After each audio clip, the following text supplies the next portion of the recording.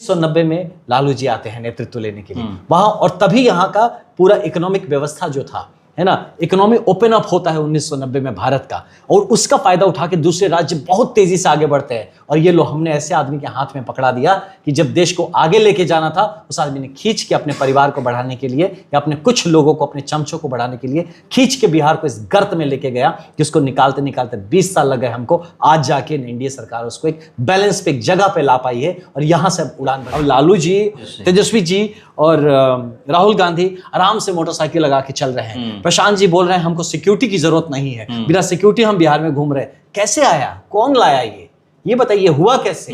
पहले आप निकल जाइए बिना सिक्योरिटी के, और आप इस तरह की हरकत तो कटा जाएंगे या उठा दिए जाएंगे। महिला रोजगार योजना को लेकर के जो 10,000 देने की आप बात करेंगे, 10,000 डायरेक्ट महिलाओं के खाते में गए हैं डीबीटी के माध्यम से, उस पर भी आप सवाल उठ रहा है। जब ये जीत जाएंगे तो इसके बाद फिर इसको वापस में लेने का प्रोसेस करेंगे। यही बकवास है इन लोगों का, मैं बता रहा हूँ ना, ये छोटा सोच है इन लोगों का। सोच दिमाग है ना कि जिसकी भावना जैसी हरी मूरत देखी तीन तैसी। अगर ये लोग ऐसा करते तो मैं आपकी जनता को बताना चाहूंगा कि अगर ये लोग ऐसा करते, पक्का इनके दिमाग में यही चलता है कि अभी चुनाव के टाइम दे दो, बाद में नहीं। 1990 वो दशक था जब भारत में एलपीजी पॉलिसी लागू किया गया था, लिबरलाइजेशन, प्राइवेटाइजेशन, ग्लोबलाइजेशन, जिसमें भारतीय अर्थव्यवस्था को नया उड़ान दिया गया था।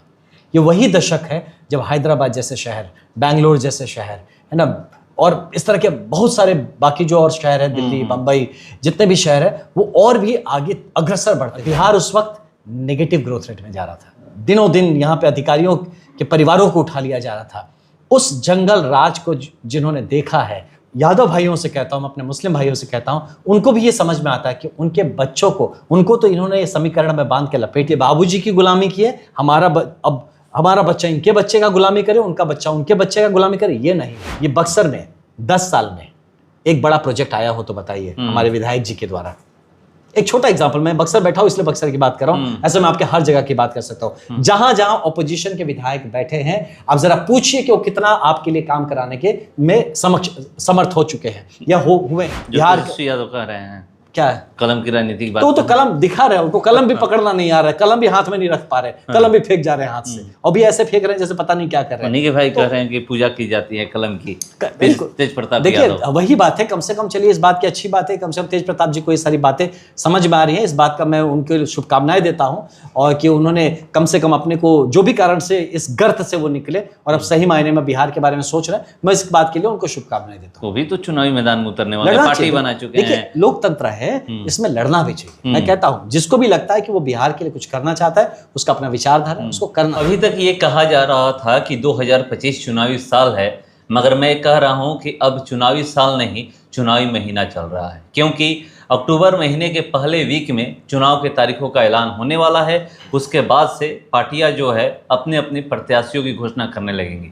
चलिए हमारे साथ बात करने के लिए बीजेपी नेता आनंद मिश्रा जी हैं, मैं इनसे सीधे जुड़ता हूं। IBN 7 में भारत में आपका स्वागत है। बहुत धन्यवाद कृष्ण जी। कैसी तैयारी चल रही है आप लोगों की? क्या जो 225 का जो आप लोग नारा दे रहे हैं कंप्लीट कर पाइएगा? अब देखिए, मैं पार्टी का स्पोक्स पर्सन तो हूँ नहीं, पहली बात बताऊँ। लेकिन एक कार्यकर्ता के अनुसार जो मुझे दिख रहा है, जैसा दिख रहा है कि भाजपा क्या है कि ज़्यादा हल्ला मचा के कैंपेन करने वाली पार्टी नहीं है, और जब वो वक्त आएगा तो वो भी आपको नज़र आ जाएगा। लेकिन भाजपा लगातार काम करती है। जो भाजपा का संगठन है वो ज़मीनी स्तर पे जाके, और ऐसा नहीं कि चुनाव आएगा तभी काम करेगा, वो 12 महीना, सालों साल काम चल रहा होता है। तो मेरा मानना है कि अगर भाजपा ने कोई क्लेम किया है या एनडीए ने कोई क्लेम किया है, तो अपनी ज़मीन को समझकर, मेहनत करके तभी इस बात को रखा गया है। नहीं, जो ये आप बात कर रहे हैं कि बीजेपी जो है वो हल्ला मचा करके, भीड़ इकट्ठा करके प्रचार करने वाली पार्टी नहीं है। वहीं पर तेजस्वी यादव की सभाओं में जो भीड़ उमड़ रही है, उससे लोग कह रहे हैं कि देखिए ये बदलाव वाली भीड़ है, ये देखिएगा कि इस बार 20 साल की सरकार को उखाड़ फेंकेगी। देखिए, वो जो एक जज्बा उमाड़ के, वो जातिगत बातें करके या एक अपना समीकरण बना के जो वो भीड़ बटोरने का कार्यक्रम आपको दिखेगा इंडिया के कार्यक्रमों में, और जिन मुद्दों पे वो बात करते हैं, तो सिर्फ उसी भीड़ को बिहार का भीड़ न समझा जाए, ये गलती ना की जाए, है ना। बिहार उस युग को 1990 से 2005 को भूला नहीं है, और जिस दुर्गति में बिहार, आप सोचिए, मैं आपको कृष्ण जी बताता हूँ, जो थोड़े मतलब जिन्होंने भी थोड़ा इतिहास पे ध्यान रखा हुआ, इकोनॉमिक्स पे ध्यान दिया होगा, समझेंगे।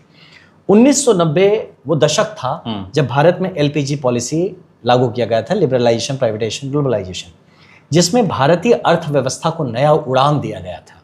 ये वही दशक है जब हैदराबाद जैसे शहर, बैंगलोर जैसे शहर, है ना, और इस तरह के बहुत सारे बाकी जो और शहर है, दिल्ली, बम्बई, जितने भी शहर है, वो और भी आगे अग्रसर बढ़ते जा रहे थे। ऐसे राज्य जैसे कर्नाटका, महाराष्ट्र, आंध्रा, तेलंगाना, अभी तेलंगाना हो गया, आंध्रा, जिस कदर से वो लोग स्पीड पकड़ रहे थे उस वर्ष में, वो सही मायने में फ़ायदा उठा रहे थे वो एलपीजी पॉलिसी का।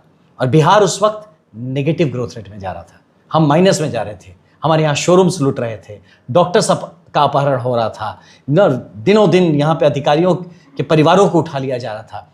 उस जंगल राज को जिन्होंने देखा है, और कंपेयर करके देखिए, क्या बिहार की जनता को उस वक्त बढ़ने का अधिकार नहीं था, जबकि पूरा भारत आगे बढ़ रहा था और बिहार वहाँ पे पीछे जा रहा था।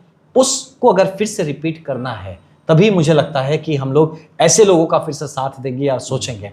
जो भी आज मैं बताता हूँ, जो इस समीकरण की बात करते हैं, मैं अपने यादव भाइयों से कहता हूँ, अपने मुस्लिम भाइयों से कहता हूँ, उनको भी ये समझ में आता है कि उनके बच्चों को, उनको तो इन्होंने ये समीकरण में बांध के लपेट दिया, लेकिन आने वाले वक्त में अगर उनके बच्चों को इसी तरह से किसी एक बड़े नेता के बच्चे के पीछे घूमना है, अगर ये इन्होंने डिसाइड किया है, तो फिर अपना चॉइस जो चाहे वो करे। लेकिन मेरा मानना है कि इस टाइम में, आज के इस वक्त में, आप मतलब राजनीतिक जो अभी वक्त चल रहा है, इसमें देखा जाए तो लोग समझ चुके हैं कि अब अपने बच्चों को, मतलब हम उनके बाबूजी की गुलामी किए, अब हमारा बच्चा इनके बच्चे का गुलामी करे, उनका बच्चा उनके बच्चे का गुलामी करे, ये नहीं होगा। अब इस बात को समझ गए हैं। और जिस तरह से एनडीए की सरकार ने रफ्तार पकड़ाई है बिहार को, मैं बताता हूँ, लोग कहते हैं ना कि भैया आप 20 साल से थे, यू आर राइट, हम 20 साल से थे। पता है आपको 20 साल हम क्या कर रहे थे? जो गर्त में ले गए थे आप बिहार को, गर्त में, माइनस में ले गए थे, उसको उठा के लाए, आज मेज पे लाए हैं। अब यहां से स्पीड पकड़ना है।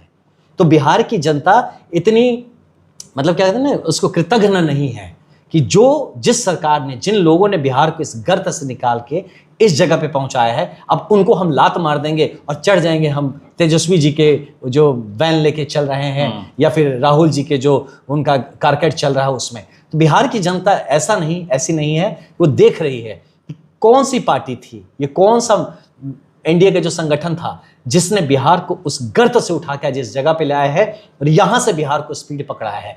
अब आप गति देखिए, आप देखिए आज रशिया के जो मिलिट्री जूते पहनते हैं हमारे बिहार में बनता है, जो बड़े बड़े लोकोमोटिव्स चलते हैं, आपके ट्रेन चल रहे, वैगन चल रहे, हमारे बिहार में बन रहा है। और ऐसी बहुत सारी चीज़, बड़ा नहीं हुआ है, स्केल अप करना है, चीज़ों का नींव रखा जा रहा है, अब इसको बड़ा करना है। तो अब ये लोग भाई साहब आके कहते हैं कि अब उनको समझ में आ गया है, इनमें भी पढ़े लिखे दो चार हैं, समझ गए हैं कि भाई ये तो सेट कर दिया, अब तो बिहार बहुत तेजी से आगे बढ़ाएगा ये लोग। तो एक काम करते हैं, यही झपट लेते हैं, या तो जहां से जो अपने अब इस गति को पकड़ेगा बिहार, तो हम लोग इसका क्रेडिट खाएंगे कि देखो हमने बिहार को बढ़ाया है, और या वहां से फिर वापस बिहार को नीचे लेके जाएंगे। ये दोनों पक्ष में कहता हूं, बिहार ऐसे लोगों के साथ में नहीं है।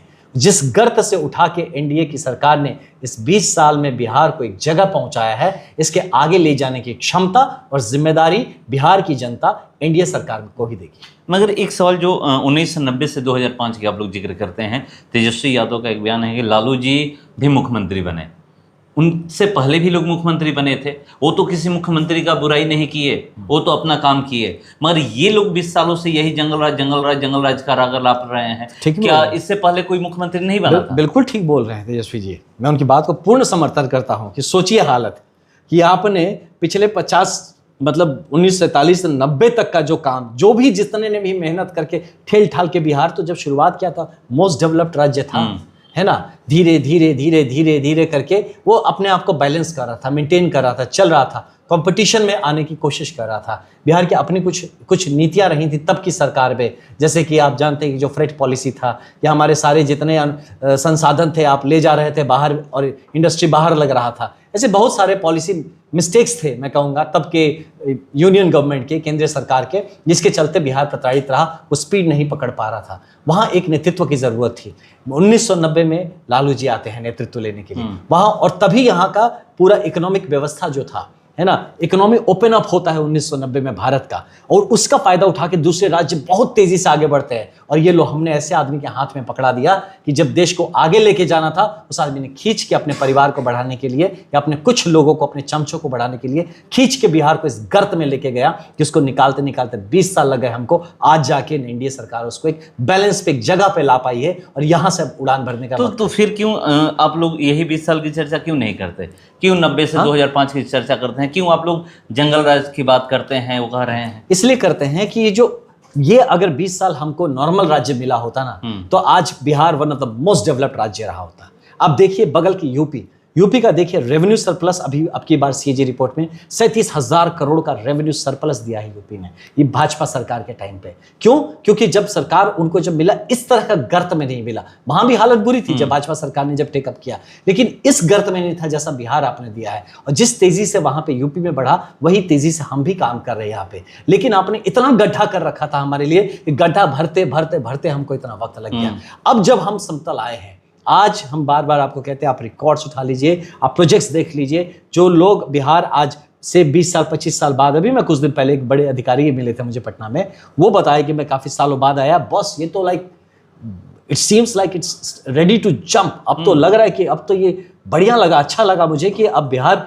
लग रहा है बदल रहा है। मतलब वो जो देख कर गए थे, बिल्कुल अचानक देखे उनको बोले कि मतलब I am happy to see this, कि लग रहा है कि अब बिहार स्पीड पकड़ रहा है। Very good. और मुझे पूरा मतलब वो जबकि रिटायर्ड अधिकारी है, उन्होंने कहा कि नहीं अच्छा है, मेरा आप लोगों को गुड विशेस है, आई एम श्योर कि आप लोग इसको आगे लेके चलेंगे और बढ़िया करेंगे, क्योंकि हमने गड्ढे से बिहार को यहाँ लाया एनडीए ने। आप समझिए इस बात को, हम 20 साल की बात तो कर ही रहे हैं। हम कहा आपके 15 साल के चलते इस 20 साल में जो हम और ज्यादा कर सकते थे हम नहीं कर पाए हैं। आपके 15 साल के गड्ढे को भरते भरते हमें 20 साल लग गए। अब हम जाके बिहार को एक जगह पे लाए और इसके बाद अब की सरकार आप आने दीजिए, बिहार का आप स्पीड देख लीजिए। मैं कृष्ण भैया आपको बता रहा हूं और ये ठोक के बता रहा हूं कि जिस जगह पे आज बिहार आ गया, जिस रफ्तार को बिहार ने पकड़ा है, यहां से बिहार आगे ही जाएगा। अगर गलती से उनके हाथ में ये चला जाता, जाएगा नहीं। मुझे पूरा यकीन है बिहार की जनता इस बात को समझती है कि रफ्तार जब पकड़ा है, हमें जो गड्ढे से निकाल के यहां तक लाया है, अब ऊपर ला देगा। बिहार की जनता इतनी बुरी नहीं है, इतनी एहसान फरामोश नहीं है कि अब उनका हाथ झटक के दूसरे का हाथ पकड़ के चली जाए। ये क्यों कह रहे हैं? क्या गलती की बात जो कह रहे हैं कि गलती से भी नहीं जाएगा? क्यों इतना आपको बिहार की जनता पे भरोसा है? बिल्कुल भरोसा है। मैं खुद बिहारी हूं, मैं तो अपने घर गांव में बात करता हूं, मैं तो गली गली जाता हूं, लोगों से मिलता हूं। लोगों को पता है कि हमारे बच्चों का भविष्य कहां पे है। उन्हें पता है कि जिस सरकार ने हमें इस गड्ढे से निकाला है, बस यहां बिजली नहीं होती थी, पता है बहुत बुरा हाल था। ये जो रोड रास्ते हम जो देख रहे हैं, जिस तरह की व्यवस्था आज हम बिहार में देख रहे हैं, पूछिए ना उन लोगों से जो कि आज जिन्होंने उस युग को जिया हुआ है, उनसे पूछ लीजिए। आप बहुत छोटे रहे होंगे, हम भी बहुत छोटे रहे थे उस टाइम में, लेकिन हमें भी जितना याद है उतना याद है। वो बहुत दुर्दशा में वो जिंदगी थी। आज वो दुर्दशा में हम नहीं जी रहे। आज इत्मीनान से आप बताइए, अब लालू जी और ये लालू जी के बेटे अपने तेजस्वी जी और राहुल गांधी आराम से मोटरसाइकिल लगा के चल रहे हैं। प्रशांत जी बोल रहे हैं हमको सिक्योरिटी की जरूरत नहीं है, बिना सिक्योरिटी हम बिहार में घूम रहे हैं। कैसे आया? कौन लाया ये बताइए, हुआ कैसे? पहले आप निकल जाइए बिना सिक्योरिटी के और आप इस तरह की हरकत तो कटा जाएंगे या उठा दिए जाएंगे। और आज देखिए, आज खुद के लोग जो विपक्ष में हैं वो सब खुद सर्टिफिकेट दे रहे हैं कि हमको सिक्योरिटी की जरूरत नहीं है, हम बिन सिक्योरिटी, हमको कुत्ता भी नहीं काट रहा, हम देखिए कितना बढ़िया से घूम रहा है। ये लोग इतने अच्छा सा मोटरसाइकिल चला रहे हैं, इतने बढ़िया बढ़िया रोड का मजा ले रहे हैं, एयर कंडीशन घरों में रह रहे हैं, अच्छे अच्छे होटल्स देख रहे हैं, अच्छी व्यवस्था देख रहे हैं। अब ये किसने किया? उन्होंने तो जो बना दिया था, आपको शोरूम से गाड़ी उठ जाती थी। अब कम से कम वो नहीं हो रहा है। नहीं तो तेजस्वी तो कलम बांट रहे हैं, कह रहे हैं कि हम कलम बांट रहे हैं उसी मुकामा में जहां पर कट्टा बांटा आपने ठीक कहा था। वो हाँ ठीक ही कह रहे हैं कि जहां पे वो कट्टा बांटते थे अब कलम बांट रहे हैं, क्योंकि उनको समझ में आ गया। और आपने जो कहा ना, गलती से कहा कमल बांट रहे हैं, एक्चुअली वो कमल ही बांट रहे, समझा रहे हैं कि भैया ये जो पेन है इसका हाथ पकड़ो, मेरा मत पकड़ो। हमारे पास कुछ है नहीं, पेन भी है देखो वो भी फेंक दिया, वो भी नहीं रखा। पेन भी है तो फेंकने का तरीका से आपको समझ में आ रहा है, तो क्या किया जाए। लेकिन चलिए किसी व्यक्ति विशेष पे ना जाया जाए, आप मुद्दे पे बात पे आइए कि बिहार की जो जरूरत है वो एनडीए है। बिहार की जरूरत है। इट्स नॉट अबाउट, देखिए यहाँ पे किसी को ना नेता बनने का बड़ा ये नहीं, आप हमको नेता, ठीक है, जो राजनीति में आज नहीं कल वेट करते हैं लोग, वेट कर लेंगे, लेकिन आज बिहार की जरूरत है। जिस लेवल पे एनडीए लेके आया है आज बिहार को, मैं स्टडी कर रहा था, मैं काफ़ी सारे इकोनॉमिक सर्वेस जो थे काफ़ी सालों का मैं पढ़ रहा था। जिस कदर बॉस हम नीचे जाना, निगेटिव में हमारा ग्रोथ रेट चला गया था। आप समझ रहे हैं, जहां की बाकी स्टेट्स का ग्रोथ रेट जंप करा, लीप करा, हम नेगेटिव में बिहार चला गया था। ये 15 साल में क्या जस्टिफिकेशन देंगे? आप पूछ के आइए, अगली बार इंटरव्यू लीजिए उसे। अब बोलिए कि बॉस, जब लिबरलाइजेशन, प्राइवेटाइजेशन, ग्लोबलाइजेशन का पॉलिसी आया, न्यू इकोनॉमिक पॉलिसी इंडिया में आया गया 1990 के बाद से, उस टाइम जब हैदराबाद और बेंगलोर जैसे शहर बन रहे थे, हमारा पटना क्या कर रहा था, हमारा गया क्या कर रहा था, भागलपुर में क्या हो रहा था, बक्सर आरा में क्या हो रहा था, आप क्या कर रहे थे, हमारा डेवलपमेंट का एजेंडा क्या था, आप कहाँ ध्यान दिए थे, प्रायोरिटी क्या थी आपकी? तब उनके पास अगर जवाब होगा तो उसके बाद हम आगे इस पे चर्चा कर सकते हैं। नहीं, तो जो आप इसकी बात कर रहे हैं, मगर प्रशांत किशोर का जहाँ तक आप जिक्र की, प्रशांत किशोर कह रहे हैं कि हमें सिक्योरिटी नहीं चाहिए, हम पूरे बिहार में ऐसे ही घूम रहे हैं, तो प्रशांत किशोर लगातार आप लोग पे हमलावर हैं, पोल पे पोल खोल रहे हैं कि कहाँ पर भ्रष्टाचार हुआ है, कहाँ किसके पास कितनी मतलब संपत्ति है। देखिए, सबका अपना राजनीति करने का तरीका है ना, किसी पे पर्सनल नहीं होना चाहिए, मैं मानता हूँ पर्सनल नहीं होना चाहिए, किसी के साथ नहीं होना चाहिए। हम मुद्दों पे बात करना चाहिए, बिहार की बात करनी है ना। अब कृष्णा जी क्या करें नहीं करें, मैं वो नहीं करके ये करूंगा कि कृष्णा जी के किसी काम से कोई अफेक्ट हुआ तो मैं उस अफेक्ट पे बात करूंगा, है ना। तो मेरा मानना है कि बिहार की राजनीति को वैसे नीचे नहीं लेके आना चाहिए। मैं मानता हूं कि आप मुद्दों पे बात करें। तो ब्लॉक लेवल मुद्दा तो उठ रहा है ना कि ब्लॉक लेवल पर भ्रष्टाचार है, अब देखिए वहां पर आवासीय बनाने बिल्कुल, देखिए वही हम बता रहे हैं। आज के दिन में ब्लॉक लेवल पे काम हो रहा है। भ्रष्टाचार का जो आपने मुद्दा उठाया, corruption is an issue in Bihar, इसमें कोई शक नहीं है ना। हम और आप जैसे तो लोग सिटीजन्स रह रहे हैं, जो कि इसका हम भी पार्ट है कहीं ना कहीं। इसी को बेहतर करना है। आप देखिए, आप करप्शन इंडेक्स में ही आप अगर देखेंगे बिहार में, है ना, कि जिस तरह से आप अगेन में वही देखिए, कंपैरिजन के लिए वही 1990 से 2005 ही मिलता है। वहां से जब काम ही नहीं होता था तो करप्शन तो क्या होता था, जो फंड आए पैसे आए चले गए एक जन के पर्टिकुलरली घर में, वहां तो करप्शन का तो क्या, और उनके कुछ लोग मिल बांट के खा लिए। अब का जो है एडमिनिस्ट्रेटिव तौर पे कभी हम नहीं कहते कि हम बेस्ट हो गए हैं। गुंजाइश है, बहुत गुंजाइश है हमें बेहतर होने की, और इसके लिए मेहनत करने को तैयार है। वो एनडीए सरकार है जो आप सोचिए माइनस से आपको पॉजिटिव में लेके आई है। अब यहां से आगे हमको, yes, corruption is a major issue जिस पे हमें हिट करने की जरूरत है, और ये हिट होगा और ऑलरेडी हो रहा है। अगर आप रिकॉर्ड्स उठाएंगे यहाँ का भी, विजिलेंस डिपार्टमेंट का, एसीबी का दिखाएंगे तो काफी सारा काम हो रहा है। मुझे जैसे पर्सनल लेवल पे आपको बताऊं, मैं किसी एक सीनियर से बात कर रहा था, मैंने कहा कि आप लोग इतना काम करते, तो मुझे दिखा रहे थे, मैंने कहा ये जनता में क्यों नहीं जा रहा है।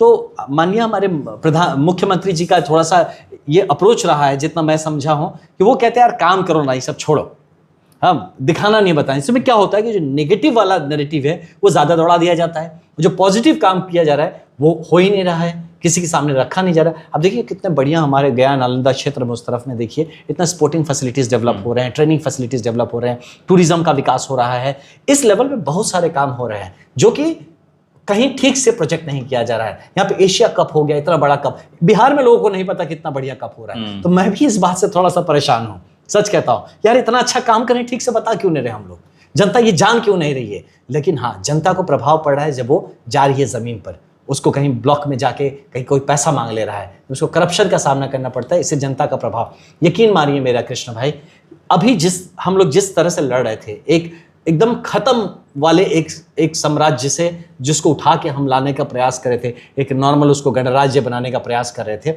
अब जब इस लेवल पे आया है, अब यहां से जो होगा बेहतर ही होगा। करप्शन, मैं मानता हूं इस बात को, करप्शन पे पहला हिट होना चाहिए। लोगों में ये बात क्लैरिटी के साथ जानी चाहिए कि उनका जो हक है, जो उनका अधिकार है सर्विसेज का, उनको मिलना चाहिए, और 1 रुपया बिना करप्शन के मिलना चाहिए। इस पे और काम करने की आवश्यकता है हमारी सरकार को, और हम लोग इस पे करेंगे। लेकिन ये नहीं आप कह सकते कि सब करप्शन में खत्म हो गया, बस इतने सारे पॉलिसीज आ रहे हैं। अभी परसों ही देखिए प्रधानमंत्री जी ने 10-10 हजार रुपए का एक पैकेज सबको, और डीबीटी का जो स्कीम आया, डायरेक्ट बेनिफिट ट्रांसफर, पहले ये नहीं था। ये सरकार ने जो डीबीटी को प्रमोट किया है, आप देखेंगे यहाँ पे क्या है कि अब किसी तरह का जो सरकारी योजना है अब डायरेक्ट लाभार्थी के पास पहुंचने का प्रोविजनिंग किया गया है। करप्शन लेवल बहुत कम लाया गया है। हाँ, ये अच्छी बात लगी आपकी और हमारे समाज की कि हम उसको और नीचे लाना चाहते हैं, हम बेस्ट चाहते हैं। ये ललक होनी समाज में जरूरी है जो है। अब इसको परफॉर्म करने की जिम्मेदारी हम पे है, हमारी पार्टी पे, हमारी सरकार पे, जो हम करके देंगे। मगर यहाँ पर जो विजिलेंस की बात की, एसीबी की बात की, इसके खिलाफ ही यहाँ के बिहार के अंचलाधिकारी सड़क पे उतर गए थे। देखिए होंगे, एडमिनिस्ट्रेटिव चीज है। हाँ, मैं खुद भी एसीबी का एसपी रहा हूँ। हाँ, मैं रहा हूँ, और मेरे दौर पे मतलब इरिगेशन सेक्रेटरी, कुछ डीएफओस, डीएम्स, मतलब सीनियर पुलिस अधिकारी, हर तरह के लोगों को हम लोगों ने, मैं खुद ऐसे ऑपरेशंस को मैंने लीड किया जहाँ पे रंगे हाथों भी पकड़ा है, ठीक ना। तो मैं जानता हूँ कि लोगों के पास अलग अलग एक्सक्यूज हैं, जो भी हैं, लेकिन मैं मानता हूँ कि अगर सरकार ने ये जो उतरे हैं, जो उनको लगता है कि जो चीज़ गलत हुई है उसको, आई एम श्योर कि सरकार अगर कोई प्रोसीजरल चीज़ है उस पर ध्यान देगी। प्रोसीजरली करेक्ट होना भी ज़रूरी है, क्योंकि एसीबी में आप किसी पे लांछन भी लगा देना एकदम ठीक नहीं है। आपके पास प्रॉपर उसके एविडेंस होने चाहिए, सब कुछ होने चाहिए। तो अगर कहीं प्रोसीजरल लैप्स है, आई एम श्योर कि इसको ठीक कर लिया जाएगा। उनके क्या इश्यूज़ है जो सड़क पर उतरे उनको भी सुना जाएगा, क्योंकि सही बात है कि हर आदमी करप्ट थोड़ी है ना। हो सकता है 100 में से 5 करप्ट है, 10 करप्ट है, 15 करप्ट है, 20 करप्ट है, इसके ज़्यादा कोई बोलता है ना कृष्णा भाई, समाज हमारा सिनिकल होते जा रहे हैं हम लोग। हमें लगता है सब करप्ट है। नहीं है मेरे भाई, नहीं है करप्ट। बिलीव मी, मैं खुद आपको बताता हूँ, नहीं है ऐसे करप्ट। आपको लगता है ना लोग बुरे लोग हैं करप्ट, ज्यादा लोग अच्छे हैं, ज्यादा लोग ईमानदार हैं, बोलते नहीं, चुप रहते, अपना काम करते, घर जाते हैं। और जो करप्ट है, क्या होता है कि सफेद कपड़ा में एक काला यहाँ पे लगा दीजिए ना, पूरा शर्ट मैला दिखेगा। तो कितना परसेंट हुआ? 1%, 2%, 3%, 5%, 95% शर्ट अभी भी व्हाइट है, उस पर ध्यान नहीं जा रहा लोगों का। 5% पे जा रहा है, 5% पे जा रहा है, और वो भी गलत है। मैं तो 5% को भी खत्म करना है। हमें 100% स्वच्छता चाहिए। करप्शन का टॉलरेंस लेवल 0 होना चाहिए, 0 टॉलरेंस होना चाहिए करप्शन के लिए। मैं इस बात का पूर्णतः सपोर्ट करता हूं, मजबूती सपोर्ट करता हूं। पूरा यकीन है कि जिस तरह से बिहार आज रफ्तार पकड़ रहा है, आने वाला जो अब की सरकार बनता है इंडिया का, अब देखिएगा एक सबसे बड़ा अभी हिट करेगा, जो मार करेंगे हम लोग, वो करप्शन पे करेंगे।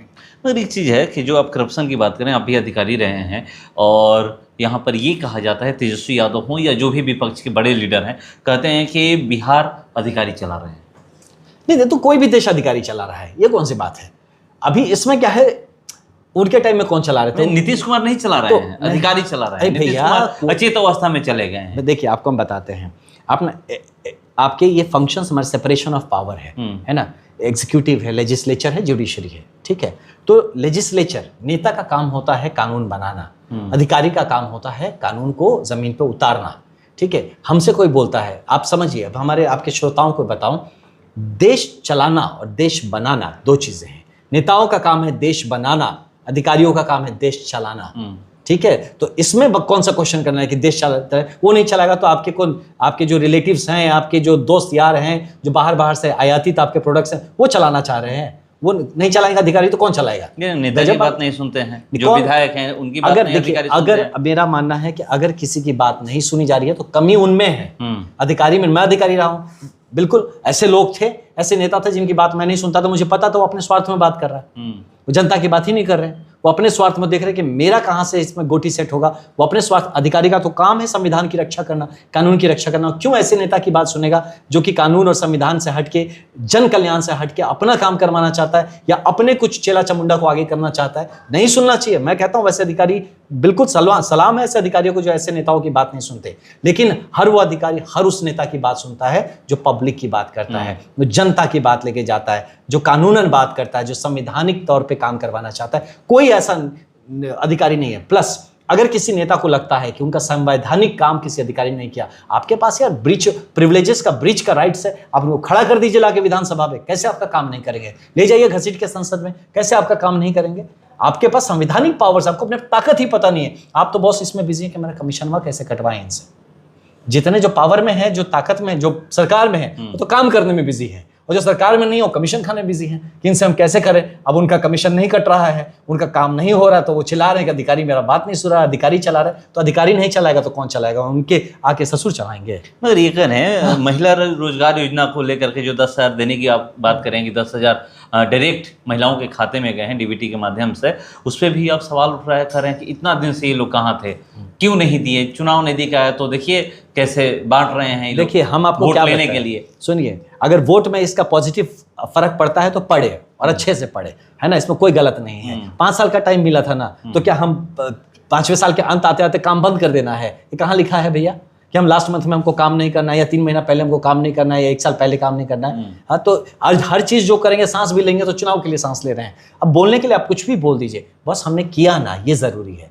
कब किया ये हम, ठीक है, हमारे अगर इसको कोई तरह का जनता को इससे अच्छा लग रहा है हमारे लेके, और इसका हमें चुनाव में लगता है कि नहीं इन लोगों ने किया, इनको और आगे मौका देना चाहिए, तो अच्छी बात है। और क्यों ना करे? आप होते तो आप ना करते। आपकी सरकार जहां है आप नहीं कर रहे, ये कौन सा कंप्लेन करने की बात है? जनता को जब कुछ जा रहा है उसमें भी रोक टोक लगाने की इनकी इच्छा है। आप सोचिए, क्या जनता को भाई 10,000 रुपए मिल रहे हैं, हमारी महिलाओं को, है ना, 75 लाख महिलाओं को हमारे प्रधानमंत्री जी ने डायरेक्टली डीबीटी के द्वारा उनके अकाउंट में पैसे भेजे, और कहा कि क्यों भेजा है पैसा? ये चुनाव में वोट देने के लिए पैसा नहीं भेजा है, वो इसलिए भेजा है कि इस पैसे से लेके आप अपनी बुनियाद तैयार करिए कि क्या बिजनेस करना चाहते हैं आप। और जब आपकी बुनियाद तैयार हो जाए, आपके रिपोर्ट जब सबमिट हो जाते हैं, तो 2 लाख रुपए अभी और मिलेंगे आपको आपके अपने बिजनेस शुरू करने के लिए। ये लॉन्ग टर्म सोच के चलती है। रिवॉल्व कर रहे हैं कि कैसे आप देखिएगा जब ये जीत जाएंगे तो इसके बाद फिर इसको वापस में लेने का प्रोसेस करेंगे। यही बकवास है इन लोगों का, मैं बता रहा हूँ ना, ये छोटा सोच है इन लोगों का। सोच दिमाग कहता ना कि जिसकी रही भावना जैसी हरी मूरत देखी तीन तैसी। अगर ये लोग ऐसा करते तो मैं आपकी जनता को बताना चाहूंगा कि अगर ये लोग ऐसा करते, पक्का इनके दिमाग में यही चलता है कि अभी चुनाव के टाइम दे दो, बाद में निकाल लेना। यहाँ पे एनडीए की जो सरकार है, जो भाजपा की सरकार है, डबल इंजन सरकार क्यों कही जाती है? केंद्र में भी है और यहाँ पे भी है, राज्य में भी है ना। हम हमेशा जवाब देने के लिए आपके समक्ष तैयार हैं और डेटा और एविडेंस के साथ तैयार हैं। आप हमेशा, यहाँ तो ये थोड़ी ना, अभी तो चुनाव आते रहेंगे। अगर हम इतने फरेबी नहीं है, ये कहना गलत है। जब बहुत सारे लोगों को मैं सुनता हूं, आपने ये प्रॉमिस किया, वो प्रॉमिस किया। अरे भैया, आप देखिए कि प्रॉमिसेस को आपने पढ़ा ही नहीं है रिपोर्ट्स कभी कि हमने प्रॉमिसेस को किस कदर पूरा किया। आपके सामने मैं एक और इंटरव्यू आप मेरे साथ करिए, मैं आपको सब गिना दूंगा कि किस किस प्रॉमिस पे कितना हमने काम किया, कौन कौन से स्कीम जो है वो किन प्रॉमिसेस को फुलफिल कर रहे हैं। आपको हर चीज दिखाई दे देगा कि इस सरकार ने लगातार आप पूरी तरह से जो हमारा इकोनॉमिक और जो व्यवस्था है, एक प्रशासनिक व्यवस्था, उसको मजबूत बनाया। आप फंडामेंटल जब मजबूत बनाते हैं, उस पर बिल्डिंग मजबूत बनती है। उस मजबूत बनाने में यहाँ पे जो घी पीने वाले जो लोग हैं, उनको अभी से लग गया कि नहीं, हम ये न्यू काइट जब बन रहा है, ये जो बुनियादी काम हो रहा है, इसमें हमको तुरंत चाहिए, हमको सब ये भी कर दो। अरे भैया, बिहार को जिस गर्त में ले गए थे आप, हमने अभी तो आपने खोद दिया था और पहले हमने भरा उसको, अब उस पर हम न्यू बना रहे हैं, अब उस पर बिल्डिंग खड़ी होगी एक विकसित बिहार की। और आप देख लीजिएगा, ये सारी चीजें होंगी। और जितने इस तरह की बातें करते हैं कि चुनावी मुद्दा समझ रहे हैं, सोच रहे हैं कि हम अपनी महिलाओं को पैसा चुनाव के लिए दे रहे हैं, तो इनकी सोच ऐसी है। इन्होंने ये किया है कि चुनाव के लिए झूठे वादे करने हैं इनको, हम इतना दे देंगे, उतना दे देंगे। अरे हम तो दे रहे हैं, तुम तो वादे कर रहे हो, हम तो दे रहे हैं भाई। अब 2000 2,500 की बात करो, हम तो 10-10 हजार दे रहे हैं। अब कहाँ है? जब कंपटीशन में नहीं आएंगे लोग, जब समझ में आ रहा है कि बॉस, इन लोगों ने तो जनता और सरकार एक हो गई है, अब इन्होंने समझ लिया कि बिहार बनाने के लिए तो टीम बन चुकी है, हम करेंगे क्या, हमें तो लात मार के निकाल दिया जाएगा, हम तो अपने घर में अनाथ हो गए। ये सारी जब फीलिंग्स इनको समझ में आ रही है, तो आज आप देखेंगे कि ऐसी ऐसी बातें करेंगे, हर बात पे सवाल उठाएंगे। और मैं आपको कह के देता हूं कृष्ण भैया, आप उठा के देखिए, जितने जो प्रॉमिस कर रहे हैं ना, जितने लोग हैं मार्केट में, जितने लोग पुराने नए सब सारे प्रॉमिसेस को निकाल के आप मेरे साथ बैठिए, मैं हर प्रॉमिस को पूरा करता हुआ एनडीए सरकार का कार्यक्रम दिखा दूंगा कि हर प्रॉमिस पे जो आप बात करेंगे हम करेंगे। सरकार, एनडीए की सरकार उस काम को ऑलरेडी कर रही है, और कर ही नहीं रही है, उसको कैसे आगे तक ले जाना है इसकी व्यवस्था भी करेंगे। उसके बावजूद भी शाहबाद चिंता के विषय बना हुआ है। अभी चिंता के विषय 20 अब आएंगे के खाते में और 2 एनडीए के खाते में। अब आएंगे कृष्ण भैया, आपको बताते हैं। शाहबाद इसीलिए पिछड़ जा रहा है क्योंकि सही हम उम्मीदवार चुन नहीं पा रहे। अब की बार देखिएगा, मैं खुद भी घूमूंगा और मैं अपने पूरे शाहबाद की जनता से इस बात का रिक्वेस्ट करता हूं आपसे, बॉस एक बार मुझ पर भी थोड़ा भरोसा करिए। अब देखिए कि किस तरह से अगले 5 साल में शाहबाद हम लोग चमका के आपको देते हैं। और सिर्फ एक कॉन्स्टिट्यूएंसी या जिले की बात नहीं, पूरे शाहबाद चमकेगा। शाहबाद का बहुत बड़ा योगदान रहा है बिहार में, इतिहास में, अभी वर्तमान और भविष्य में भी होगा। और अगले 5 साल में शाहबाद किस तरह से चमकेगा, शाहबाद की आवाज मजबूती से गूंजेगी। और इसके लिए शाहबाद की जनता को जरूरत है कि अपने सही कैंडिडेट चुने, वो लोगों को चुने जो आपकी बात को रखना जानते हैं, वैसे लोगों को चुने जो अपने स्वार्थ के लिए राजनीति ना कर रहे हो, ऐसे लोगों को चुने जो कि आपकी बात को सही जगह पे ले जाकर रखे, ऐसे लोगों को चुने जो कि अंतिम रास्ते के अंतिम पग तक, अंतिम जगह तक आपका हाथ पकड़ के चले, बीच में ना छोड़े। और वो सिर्फ एकमात्र एनडीए हो सकती है। क्यों छोड़ रही है जनता नहीं? पिछले बार एक बार से नहीं, 20 में भी छोड़ दी, 24 में भी लोग छोड़ दी, बरगलाया गया है। मैं कहता हूं, और हो सकता है जनता को ऐसा दिखा हो कि हमारी बात रखने का कोई है नहीं। अभी है बहुत सारे लोग, मैं भी खड़ा हूं इसमें, मैं भी हूं आपकी बात रखने के लिए यहाँ पे, है ना। मैं किसी भी तरीके से रहूं, मैं आपको बताता हूं, अगले 5 साल शाहबाद का साल होगा। आप इस बात को देख लीजिए। और यही एनडीए की सरकार इस शाहबाद को ऑलरेडी, बॉस आप देखिए, हर हजारों हजार करोड़ रुपए का आपको यहाँ पे आया है प्रोजेक्शन। अब बस हमको लीडरशिप, अब इनको दे देंगे। ऑपोजिशन वाले के हाथ में तो रोते रहते, झाल बजाते हैं, अरे हम करेंगे नहीं, इनको तो खाली कमीशन चाहिए। मैं आपको बताता हूं, मैंने उठा के सबका ब्यौरा पढ़ा है। मैं तो मतलब वैसा नहीं करता हूं, खोलना पट्टा खोलना, मैं पर्सनल अटैक नहीं करता हूं किसी पे, मैंने पढ़ा है यहाँ चीज। यहाँ आपको पता है, मैं एक छोटा एग्जाम्पल दूंगा विदाउट किसी को ब्लेम किए हुए। ये बक्सर में 10 साल में एक बड़ा प्रोजेक्ट आया हो तो बताइए, हमारे विधायक जी के द्वारा। एक छोटा एग्जांपल, मैं बक्सर बैठा हूं इसलिए बक्सर की बात कर रहा हूं, ऐसे मैं आपके हर जगह की बात कर सकता हूं। जहां जहां ऑपोजिशन के विधायक बैठे हैं, आप जरा पूछिए कि वो कितना आपके लिए काम कराने के में समर्थ हो चुके हैं या हुए हैं। जो काम हुआ है आपको सरकार ने करके दिया है। वो झूठे क्रेडिट खाने से थोड़ी होता है कि आप क्रेडिट खाने आ गए। किसने 1 रुपया एक्स्ट्रा लेके आए हो, आप किसी का बड़ा CSR फंड लाके आपने अपने क्षेत्र का विकास किया हो, कोई भी जो बैठा हुआ है विपक्ष में। इसीलिए मैं शाहाबाद की जनता से रिक्वेस्ट करता हूं कि एनडीए के विधायकों को मजबूती से आप विजयी बनवाइए और देखिए किस स्पीड से आपका काम होता है। नहीं, मगर आप जो ये कह रहे हैं कि किसने काम कराया, सरकार कराई है, मगर यहीं पर बगल में बक्सर जिला में ही ब्रह्मपुर विधानसभा आता है, वहाँ के विधायक तो कहते हैं कि जो सरकार है विपक्ष पे ध्यान ही नहीं देती है, विपक्ष पे का जो काम है वो उनके क्षेत्रों में काम ही नहीं करवाती है। क्योंकि पूरा शाहाबाद के लोग जो हैं वो नीतीश कुमार को वोट नहीं कर रहे हैं, इसलिए ये बहुत ही आज यहाँ इतने सारे ब्रिजेस बने, इतने सारे रोड बने, इतने सारी व्यवस्था यहाँ हो रही है ना। सब कुछ का व्यवस्था जो बिहार में हो रहा है यहाँ भी मिल रहा है। यहाँ पे क्या कितने भी जितने स्कीम से नहीं चल रहे हैं, आप कोई भी कार्ड उठा के देखिए, कोई भी कार्यक्रम उठा के देखिए, कौन सा स्कीम यहाँ पे नहीं चल रहा है, कौन सा विधायक गया है ग्राउंड पे, कितने विधायक ने कैंप लगाया है आयुष्मान कार्ड बनाने का, जरा बताए तो हमको कौन सा विधायक बैठा है और किस सरकार के व्यक्ति ने कह दिया कि हम आपका काम, ये तो एनडीए का योजना है, हम क्यों करें। हाँ, तो बस यही बात है। इसीलिए तो मैं कह रहा हूं शाहाबाद की हमारी जनता से कि देख लीजिए आपके लोगों को, आप जिसको चुन रहे हैं वो इसको एनडीए की योजना बोल रही हो, जनता की योजना नहीं समझ रही है इसको। इसमें भी पॉलिटिक्स, तो आपका कैसे ख्याल रखेंगे आप जब तक चुनते रहेंगे ऐसे लोगों को जो इसमें भी पॉलिटिक्स देख रही है। भाई योजना सबके लिए है, प्रधानमंत्री सबके प्रधानमंत्री है, मुख्यमंत्री सबके मुख्यमंत्री है, ये विधायक लेकिन अपने पार्टी का है, ये जनता का नहीं है, सरकार का नहीं है। और ऐसे विधायक को जब तक आप चुनेंगे तब तक आपको ऐसी ही दुर्गति में रहना पड़ेगा। इसलिए मैं कह रहा हूं अपनी शाहाबाद की जनता से, अब की बार मजबूती से एनडीए के चुनाव, एनडीए के जो हमारे यहाँ पे जो भी हमारे कैंडिडेट्स होंगे उनको आप चुनिए और देखिए किस मजबूती से अगले 5 साल में शाहाबाद जाता है। मैं खुद खड़ा हूं, मैं इस बात के लिए आपको जिम्मेदारी लेता हूं कि घूम घूम के इस 2200 विधानसभा के जो विधायक होंगे हमारे, मैं खुद भी पहुंचूंगा, उनसे रिक्वेस्ट करूंगा कि भाई साहब मैंने खुद इस बात का प्रॉमिस किया है और इसको हमें करना है, हमारे लोगों के लिए काम करना है। और यकीन मानिए पूरी सरकार, सिर्फ बिहार सरकार नहीं, भारत सरकार शाहाबाद के साथ खड़ी होगी, बशर्ते अगेन मैं बताता हूं हमारे एनडीए के कैंडिडेट को चुनना जरूरी है। जब तक आप विपक्ष वालों को चुनते रहेंगे वो ऐसी ही बात करेंगे कि हम क्यों करें, ये तो एनडीए का प्रोग्राम है, एनडीए का प्रोजेक्ट है। अरे भाई ये पब्लिक का प्रोजेक्ट है, ये राजनीतिक पार्टी का प्रोजेक्ट नहीं है, प्रधानमंत्री का प्रोजेक्ट है, मुख्यमंत्री का प्रोजेक्ट है। मुख्यमंत्री और प्रधानमंत्री पार्टी से नहीं बंधे हैं, वो राज्य को का संचालन कर रहे हैं, देश का संचालन कर रहे हैं। इतनी बेसिक समझ जिन नेताओं में नहीं है वो चले हैं हमारे नेता बनने, वो चले हमारे विधायक और सांसद बनने। इसीलिए जनता से आवेदन है, सही लोग चुनिए तभी सही काम होगा। अगर खीर मीठा करना है नमक डालने से नहीं होगा, आपको चीनी ही डालना पड़ेगा या गुड़ डालना पड़ेगा। राहुल गांधी से डर लगता है, कहते हैं कि बम फोड़ेंगे हम। अरे ऐसे कई ठो बम हम फोड़ फाड़ के देख चुके हैं, हमसे कौन बम फोड़ेगा, है ना। ऐसे बम वालों को हम उड़ा चुके हैं कई ठो, लेकिन प्रधानमंत्री चेहरा नहीं दिखाएंगे, ऐसा बम। देखिए हम बताते हैं, ये जो है ना बड़बोलापन, बड़ा बात कर दिया पब्लिक, और ये क्या बात बोल दिया, मजा आ गया। पब्लिक उसमें एंटरटेनमेंट कर रही है। पब्लिक को भी पता है कि जिसके मुंह में स्पून लेके, मतलब चांदी का आप चम्मच लेके पैदा होते हैं, उन लोगों को नहीं पता कि खेत में किस तरह से अनाज उगाए जाते हैं। उनको वो दर्द नहीं पता। फोटो खिंचा लेने से, रील बना लेने से बॉस जमीन से जुड़ाव नहीं होता। से मिलते हैं इसी बिहार में आकर, उससे जमीन से आप नहीं जुड़ते हैं। आप कृष्णा भैया, आप जितना जमीन समझेंगे हम भी आपसे कम समझेंगे।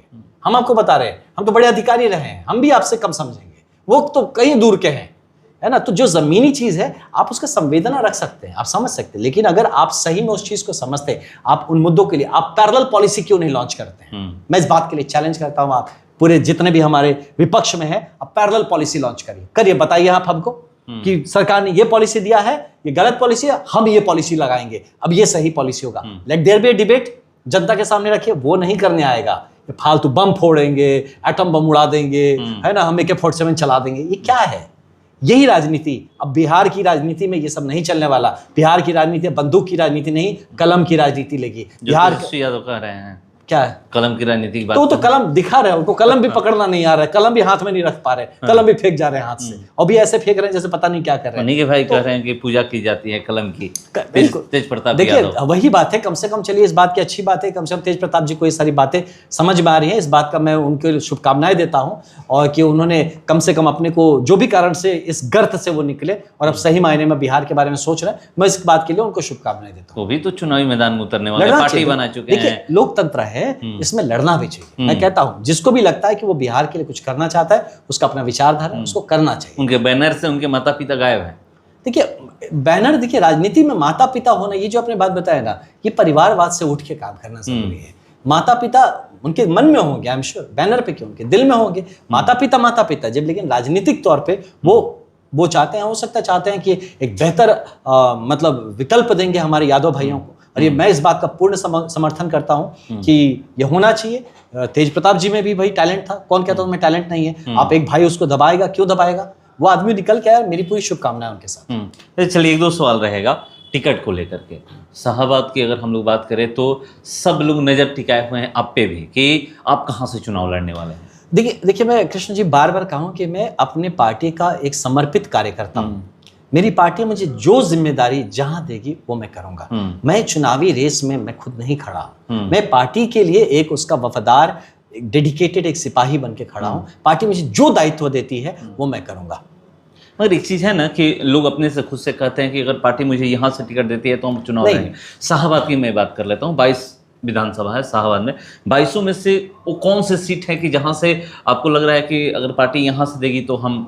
देखिए मैंने सोच ही नहीं रहा हूँ, मैं इस लाइन में एकदम नहीं सोच रहा हूँ। मेरी पार्टी बहुत बड़ी पार्टी है, मेरी पार्टी का जो सोच है उसके सामने मेरा चिंदी सोच होगा, मेरा सोचना भी पाप है। मैं कहता हूँ पार्टी को पता है कि उसको किसको कहाँ देना है, नहीं देना है, लड़ना है, लड़ाना है, नहीं लड़ाना है। पार्टी के ऊपर मेरे सोच ही नहीं। मैं बता रहा हूँ मेरा सोच ये है कि मैं अपने पूरे अस्त्र शस्त्र शास्त्र सबके साथ खड़ा हूं। पार्टी जहां मुझे बोलेगी वहां उतरने को, वहां उतरेंगे और वहां विजय दिलाएंगे पार्टी। जहां पे पार्टी बोले, जिस रोल में, ये नहीं कि प्रत्याशी ही बोले कि नहीं ये 2 या 5 या 22 सीट्स हैं, इस पे आपको मेहनत करना, मैं 22 सीट पे मेहनत करूँ। कहेंगे नहीं इस पर्टिकुलर सीट पे आपको मेहनत करके जिता रहा है, उस पर्टिकुलर सीट पे मेहनत करके जिताऊंगा। कह दे कि आपको चुनाव लड़ना है, मैं चुनाव भी लड़ूंगा। ये नहीं कह रहा हूं कि मैं एकदम से, पार्टी जो जिम्मेदारी देगी वही करूंगा। मेरा अपनी पार्टी के ऊपर कुछ भी नहीं है, पार्टी से बेहतर मैं पार्टी को नहीं समझता हूं। पार्टी बहुत बेहतर समझती है, वो जो कार्यक्रम मुझे लगाएगी, जैसा मेरे को काम देगी वैसा काम करूंगा। एक बार फिर से नीतीश कुमार के नेतृत्व में सरकार बनेगी? देखिए कृष्ण जी मैं बताता हूं मेरे भाई, बननी जरूरी है ना। बाकी जो जितना 3-5 कर रहा है, बिलीव मी, मैंने भी अध्ययन किया लास्ट 3-4 महीनों में चीजों को। मैं बता रहा हूँ ये जरूरत है। आज हमारे बिहार को अभी एक्सपेरिमेंट का टाइम नहीं है। हम बहुत गड्ढे में थे, हम बहुत नीचे थे। मैं बता रहा हूँ ये 1990 से 2005 जो कहते हैं ना जंगल राज, बस हम बहुत नीचे ले गए थे। बहुत मुश्किल से खींच के इंडिया ने उसको 20 साल में एक जगह पे लाया है।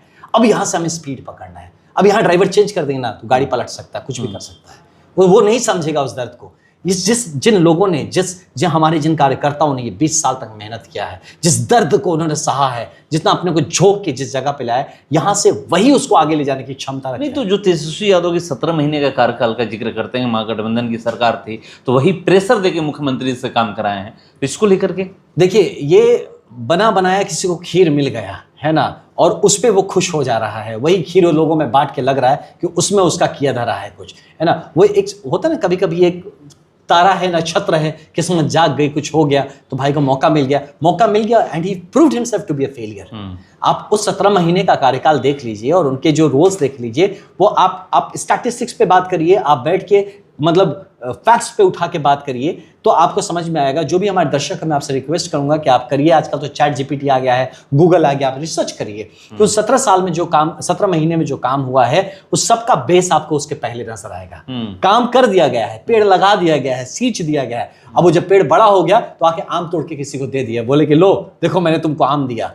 बस वो पहले पेड़ किसने लगाया था, आप आम तोड़ने को क्रेडिट मांगते हैं, है ना। अब तो फ्री का बना हुआ मलाई खाते, पहले बाबूजी ने दिया, अब एनडीए में जो बीजेपी की सरकार के साथ बन के मिला था उसका आपने खिला दिया, और फिर आई मीन अगर आप में इतना ही स्थिरता होता, गंभीरता होता, काबिलियत होता, तो 17 महीना नहीं, आप लगातार रहे होते, आप चल रहे होते। यही बात दिखाता है कि आपकी आयु उतना ही था, आपको फिर से एक बार मौका दिया गया। आप नहीं कह सकते हैं आज तेजस्वी जी बात को नहीं कि उनको मौका नहीं मिला, उनके परिवार को, पेरेंट्स को, माता जी को, पिताजी को 15 साल का मौका मिला, जिसमें ये लोग भी अपने अपने लेवल पे एक्टिव थे, छोटे थे बट एक्टिव थे। इनको भी 17 महीने का 17-20 महीने पहले भी मिला था इनको, टोटल 37 महीने मिला इनको बीच बीच में जो मौका मिला, बार बार मौका मिला, और इस पूरे मौका मिलने के बाद इन्होंने क्या किया, कितना आगे ले गए बिहार को, किस लेवल पे ले आए, इनका पर्सनल क्या योगदान रहा है, इस सबके समक्ष ऑन फैक्ट्स ऑन रिकॉर्ड्स रखा हुआ है। तो ये देखने के बाद अब बिहार की जनता इस बात को समझ गई है कि इनको भैया अब आगे मतलब 3 साल भी, अब 37 महीना तो वो, तो इनको 3 साल भी आप दे नहीं सकते, वापस बिहार माइनस में जाना शुरू। और वो तो मांग रहे हैं ना कि आप 20 साल दिए हैं नीतीश कुमार को, हमें 20 महीने सिर्फ दीजिए, है ना।